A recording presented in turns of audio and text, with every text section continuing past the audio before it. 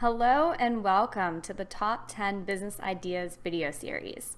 So I put this video series together because I know in talking with different people that a lot of people do want to start something on their own. They're interested in that entrepreneur lifestyle. They're interested in opening up their own business, but they have no idea where to start. Or perhaps they have a lot of ideas, but they don't know what would be the best for them, what is worth investing a lot of time and money into. So in this 10-part series, I'm going to go over 10 broad business categories and then specific examples to give you some ideas of what that business might look like. In addition to the examples, I'm going to go over a list of pros and then a list of cons. So whenever I'm going through these, think of what would apply to you, what your values are, what your end goal is, what you really want to do when opening up your own business. So I hope that you find this helpful. I hope that it gives you some clarity, and please feel free to reach out. I'll put all my contact info below. And if you like the video, like and subscribe. And I hope that you are able to find your next amazing business idea.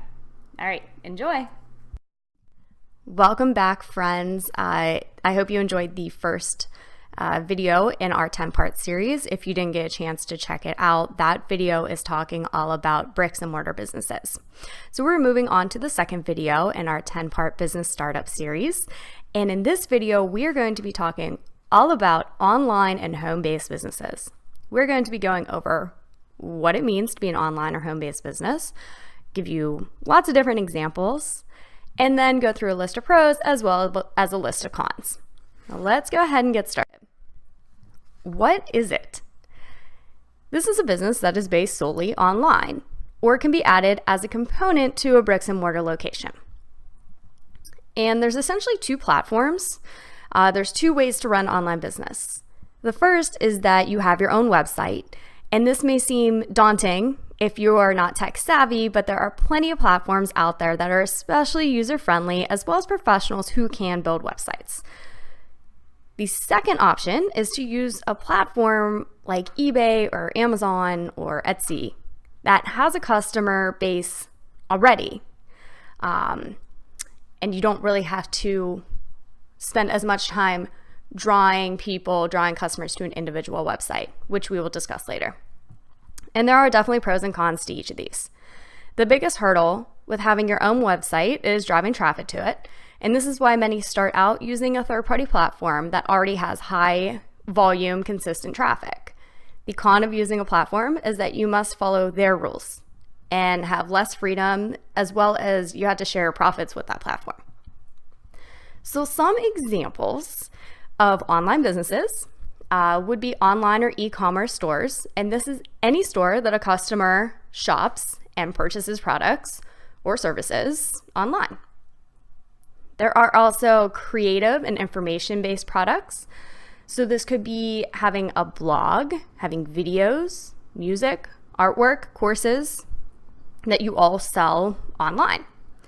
You can have online services like life coaching, digital marketing, nutrition counseling, consulting.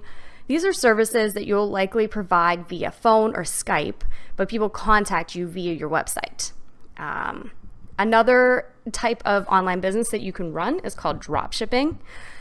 And we'll be going over this a little bit more later, but this is basically when you sell products that are manufactured and stored in another location and are shipped to your customers directly when they purchase from your website. This means that you, the store owner, never touches the products. There are a lot of companies that will actually provide these services. You just have to seek them out and contact them.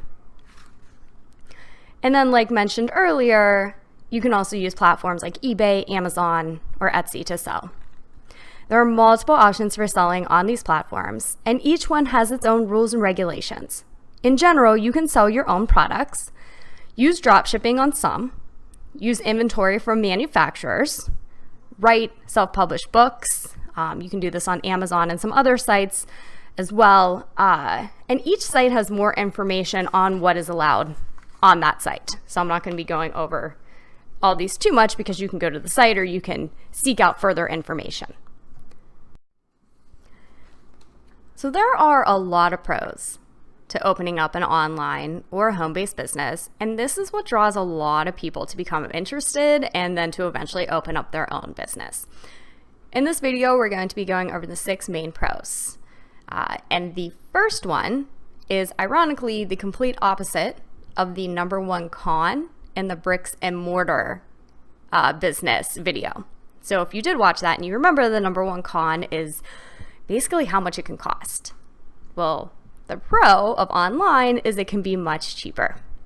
The startup costs are typically far less expensive than opening a bricks and mortar location. And with average computer knowledge and a little bit of money, anyone can build a website, really.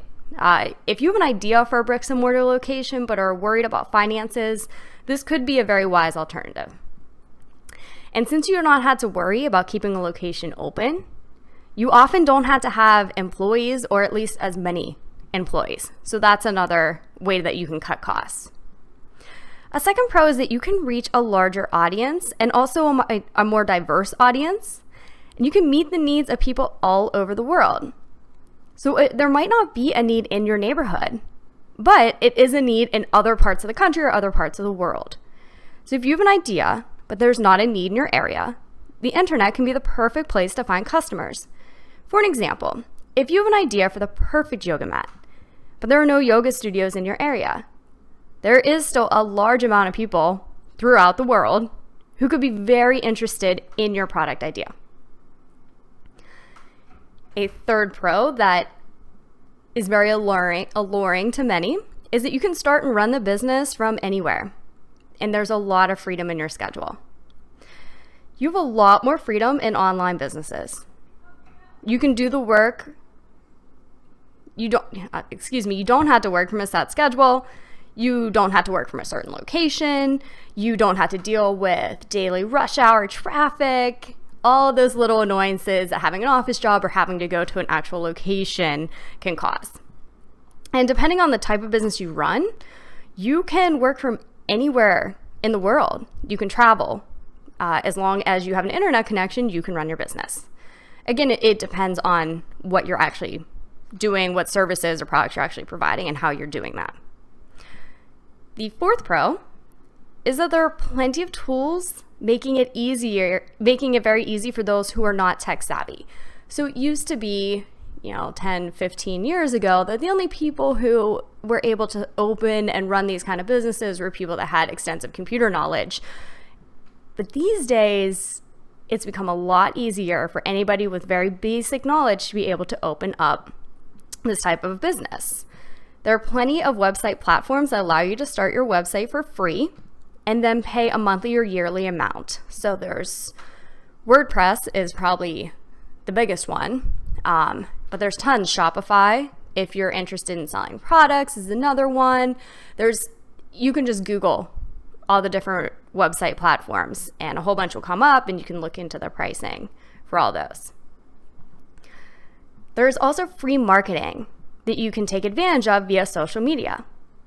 And many have actually built entire businesses only on these platforms. So you may have known or you may have seen somebody who's Instagram famous and they became very successful just from taking advantage of this one platform. So that is an option. It is getting harder to do because everybody wants to bring in business for free, but it is an option.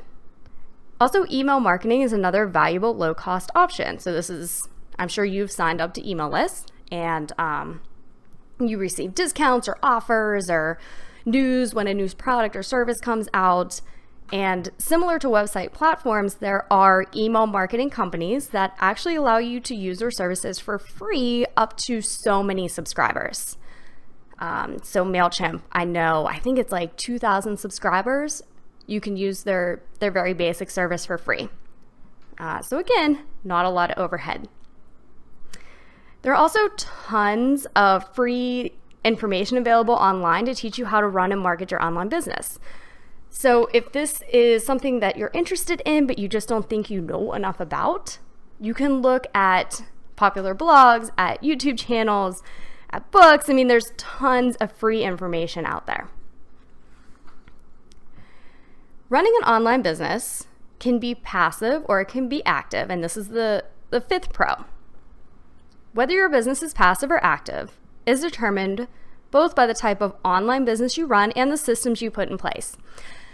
So if you didn't watch the very first introductory video of this series, and where I went over passive or active, I'll just briefly go over it now.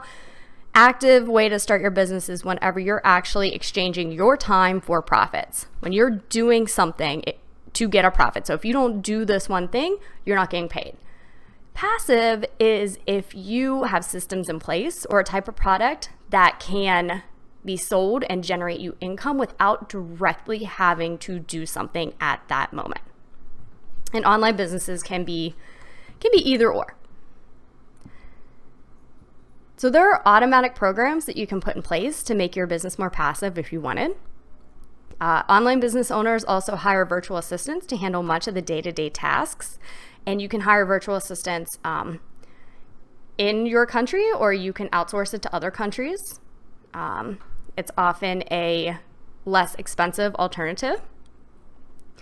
And if you want to save money or take a more active role in your business, then it will require much more of your time. So that might be a little more active.